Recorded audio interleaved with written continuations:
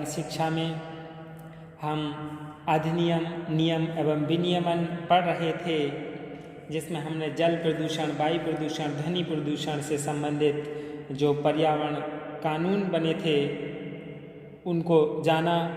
अब हम पर्यावरण के क्षेत्र में देश के संविधान में संशोधन जो हुए थे उनके बारे में पढ़ेंगे।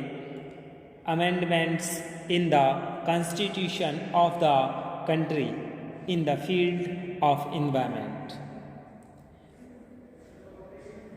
मानव पर्यावरण कॉन्फ्रेंस के बाद सबसे पहला कदम जो भारत सरकार ने पर्यावरण संरक्षण के हित में किया वह संविधान में 2 संशोधन थे। कौन कौन से थे? जिन्हें अनुच्छेद 48A तथा 51A जी के नाम दिए गए।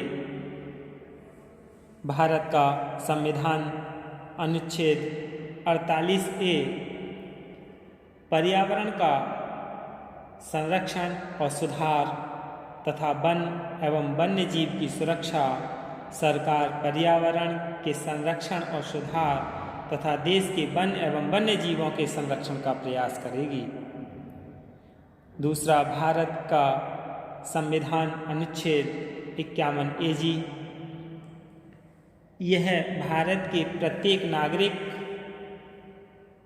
का कर्तव्य होगा कि वह प्राकृतिक पर्यावरण का संरक्षण और सुधार करे, जिसमें वन, झीलें, नदी और वन्य जीव सम्मिलित हैं तथा प्रत्येक जीवधारी के प्रति सहानुभूति यानी संवेदनशीलता रखें।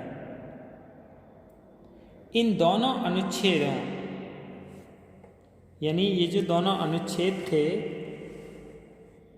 इन दोनों अनुच्छेदों तथा भारतीय संविधान के अनुच्छेद 21 जिसमें कहा है कि संविधान यह आश्वस्त करता है कि प्रत्येक व्यक्ति को उस गतिविधि से बचाया जाना चाहिए जिससे उसके जीवन, स्वास्थ्य और शरीर को हानि पहुंचती हो। It ensures that every individual may be saved from any activity which injures his life, health and physique। विद्वान न्यायाधीशों ने अनेक पर्यावरण संबंधी मुकदमों के ऐतिहासिक निर्णय दिए हैं और इस प्रकार भारतीय संविधान की महत्ता को बढ़ाया है। साथ ही यह भी कहें कि भारत के संविधान ने भारत के परिप्रेक्ष्य में देश को संकट से बचाने की अहम भूमिका निभाई है, तो यह क्या है, एक अतिशयोक्ति नहीं होगी। पर्यावरण प्रदूषण की रोकथाम के लिए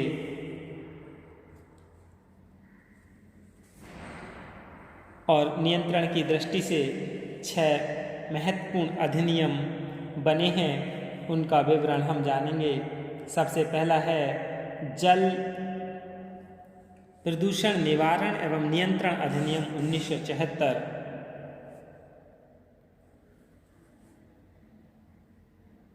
तो इसमें सबसे पहला हम संसद में विधेयक प्रस्तुत करने के पीछे उद्देश्य और कारण जान लें कि क्या उद्देश्य और क्या कारण है।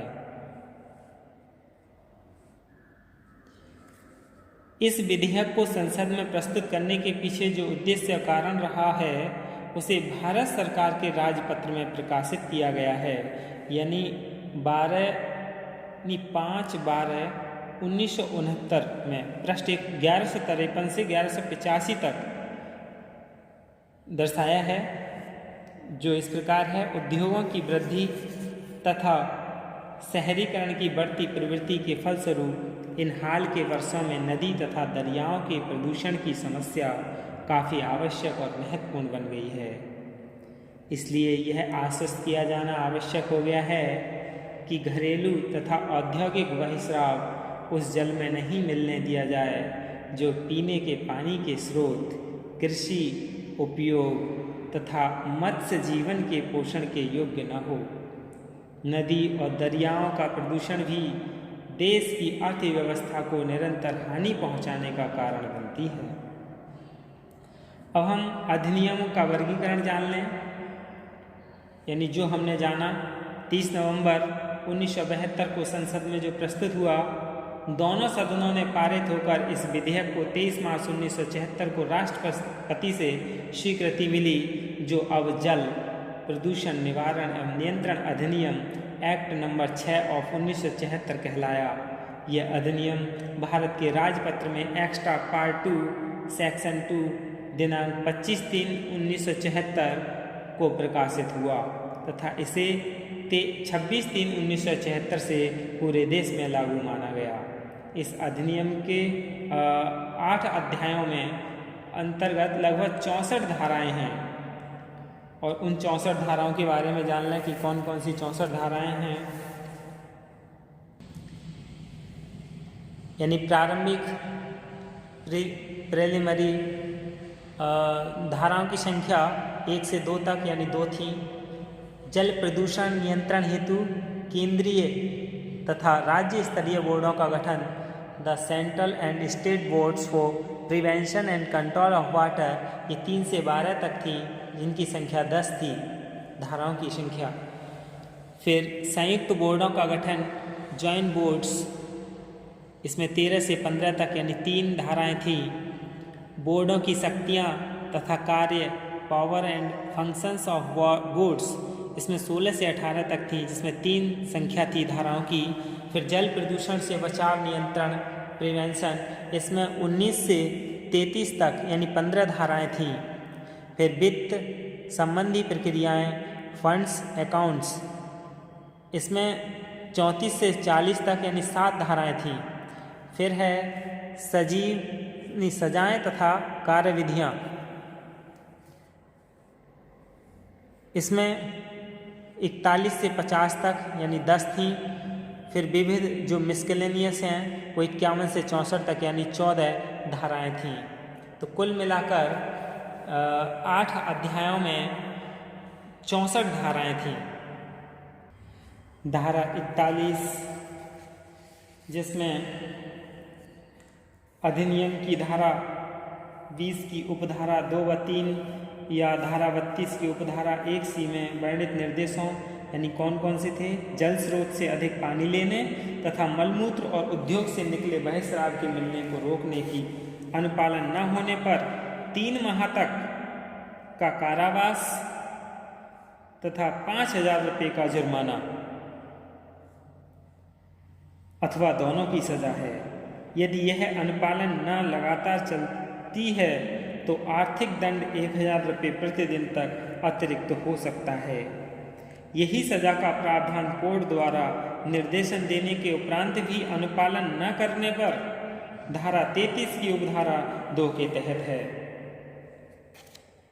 धारा 42 इसमें क्या है, वर्ण ए से जी तक में वर्णित कार्यों के करने पर 3 माह तक का कारावास तथा 1,000 रुपये तक का जुर्माना, यह दोनों की सजा का प्रावधान है। धारा 43 धारा 24 के तहत नदी अथवा कुएं में प्रदूषित सामग्री के निस्तारण पर लगाई गई से रोक यानी prohibition on use of stream और well for disposal of polluting matter etcetera के दोषी पाए जाने पर 6 माह से 6 वर्ष तक का कारावास व आर्थिक दंड दिया जाएगा। धारा 44 इसमें जल प्रदूषण निवारण एवं नियंत्रण अधिनियम 1976 की धारा 25 नए विकास अथवा बहिस्राव पर रोक, restrictions on new outlets and new discharge तथा 26 वर्तमान में चल रहे मलमूत्र अथवा उद्योग बहिस्राव संबंधी प्रावधान, provision regarding existence discharge of sewage of trade effluent के संदर्भ में दोषी को 6 माह से 6 वर्ष तक की कैद तथा जुर्माना की सजा दी जाएगी। धारा 45, इसमें यदि धारा 24, 25 व 26 के तहत कोई दोषी व्यक्ति को अधिनियम के अंतर्गत सजा मिलती है और फिर भी वह निरंतर उन्हीं प्रावधानों का पुनः दोषी होता है तो उसे 1 वर्ष से 7 वर्ष तक का कारावास तथा आर्थिक दंड दिया जा सकेगा। धारा 46, यदि कोई व्यक्ति इस अधिनियम के तहत दोषी ठहराया जाता है और पुनः इसी तरह का अपराध करता है तो न्यायालय को यह अधिकार होगा कि पिछले प्रकार के अपराध को फिर पुनः न करने से पहले उसका नाम, घर का पता तथा दी गई सजा को किसी समाचार पत्र अथवा जैसे कोई न्यायालय चाहे उस प्रकार प्रकाशित कर सकता है और इसका व्यय दोषी व्यक्ति से उसी प्रकार से वसूल किया जाएगा जैसे आर्थिक दंड लिया जाता है।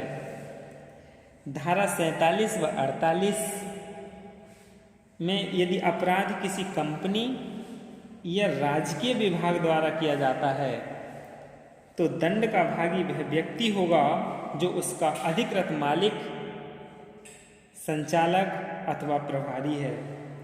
ये सभी धाराएं पर्यावरण संरक्षण के लिए पर्यावरण के क्षेत्र में देश के संविधान में संशोधित की गई थी। इनका पालन करना प्रत्येक भारतीय का या प्रत्येक जनमानस का उत्तरदायित्व है जिससे कि पर्यावरण संरक्षण रह सके। धन्यवाद।